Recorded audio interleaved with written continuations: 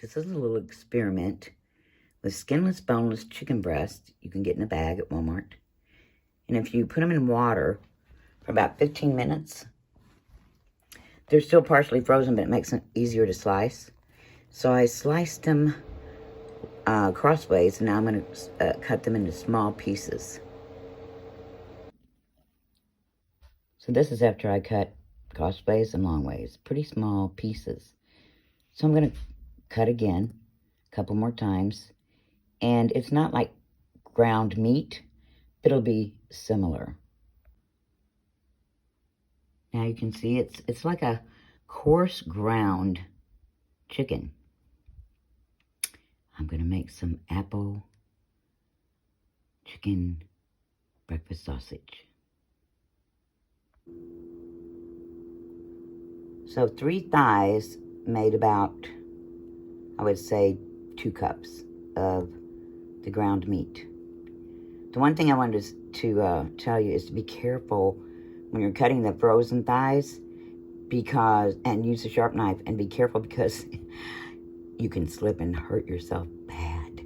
So be careful while you're doing that. Just slice it thin both ways. Do it again another time or two. And you got coarsely ground chicken. I chopped up a little over a half of a red apple. Chopped it up, diced it up small. You can use Granny Smith's, but they were out of the store, so I just used a red apple.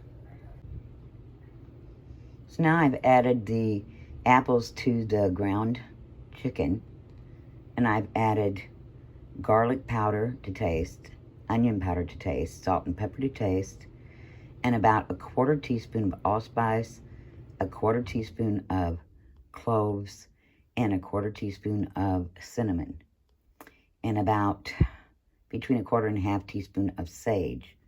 Now I'm going to add 1 egg white and then mix it up. The mixture was pretty wet, so I decided to add about a 1/4 cup of instant oatmeal, uncooked. I'm heating up not quite a tablespoon of olive oil in the pan.